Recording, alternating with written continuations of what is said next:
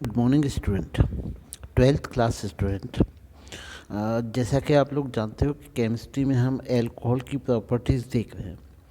तो पिछले वीडियो में हमने देखा था कि reaction due to cleavage of oxygen and hydrogen bond. Today we are going to learn reaction involving cleavage of the carbon oxygen bond.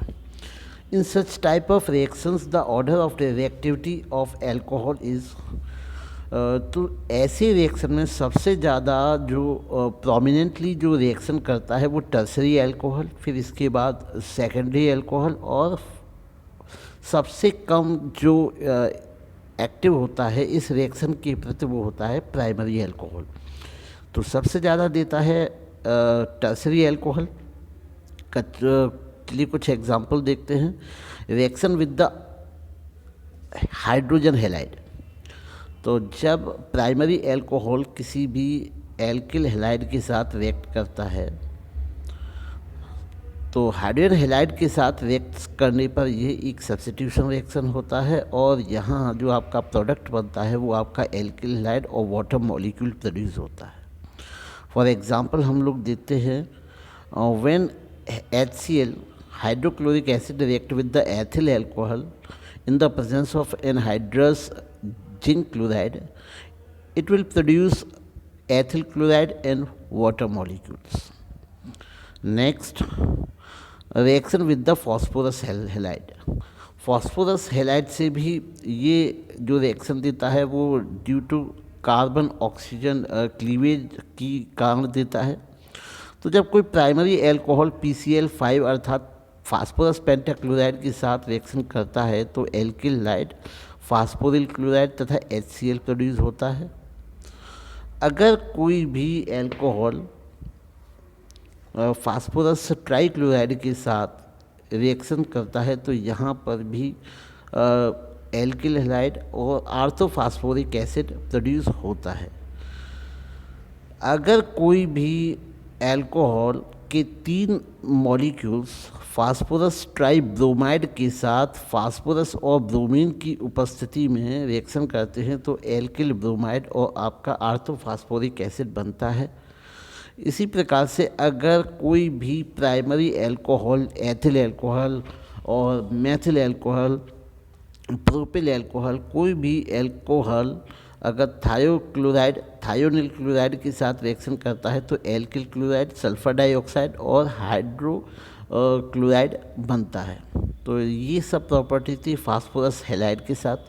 चलिए कुछ प्रॉपर्टीज़ आगे देखते हैं। डिहाइड्रेशन की बात करें तो बच्चों डिहाइड्रेशन मीन्स होता है removal of water. Removal of water is known as dehydration. तो इस रिएक्शन को करने की जो सबसे ज़्यादा टेंडेंसी होती है वो टर्सरी अल्कोहल की होती है, फिर सेकेंडरी की और आपका प्राइमरी की। तो इस प्रकार से ये आपका डिसेंडिंग ऑर्डर है।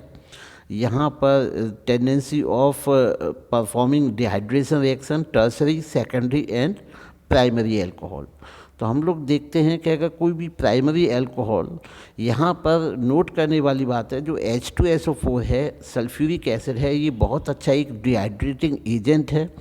यहाँ पर एथिल अल्कोहल के साथ सल्फ्यूरिक एसिड 443 केल्विन टेम्परेचर पर डिहाइड्रेट करता है और इससे वाटर मॉलिक्यूल्स रिमूव कर देता है। वाटर मॉलिक्यूल्स रिमूव करने के बाद ये एथीन में कन्वर्ट हो जाता है। तो ethyl alcohol is convert into ethene by the process of dehydration in the presence of sulfuric acid. Now isopropyl alcohols, ये सेकेंडरी अल्कोहल है।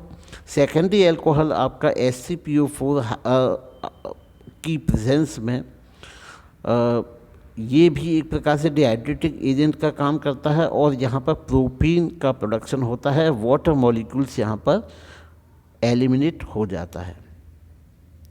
आगे हम लोग देखते हैं अगर ये टर्सरी अल्कोहल के साथ, तो टर्सरी अल्कोहल के साथ रिएक्शन करने पर यह वाटर मॉलिक्यूल्स रिमूव करता है। वाटर मॉलिक्यूल्स रिमूव करने के बाद ये आइसोब्यूटाइलिन का निर्माण करता है।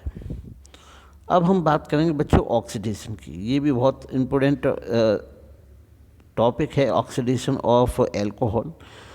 Oxidation of alcohol involve formation of the carbon hydrogen double bond and cleavage of the oxygen and hydrogen and carbon and hydrogen bond. तो इस प्रकार से यहाँ पर क्लीवेज होता है ऑक्सीजन हाइड्रोजन बॉन्ड का और क्लीवेज होता है कार्बन और हाइड्रोजन बॉन्ड का। आप लोग यहाँ पे देख सकते हैं ये आपका बॉन्ड ब्रेकिंग होती है केमिकल प्रोसेस में। यहाँ पर जो ऑक्सीजन हाइड्रोजन बॉन्ड है इसकी क्लीवेज होता है और एक ये आपका जो एल्किल ग्रुप है, एल्किल ग्रुप का एक हाइड्रोजन जो है वो भी रिलीज होता है और इस प्रकार से यहाँ पर ये आपका कार्बोनिल ग्रुप स्टेबलाइज होता है। तो primary alcohol on oxidation give aldehyde which is further oxidation give carboxylic acid with the same number of carbon.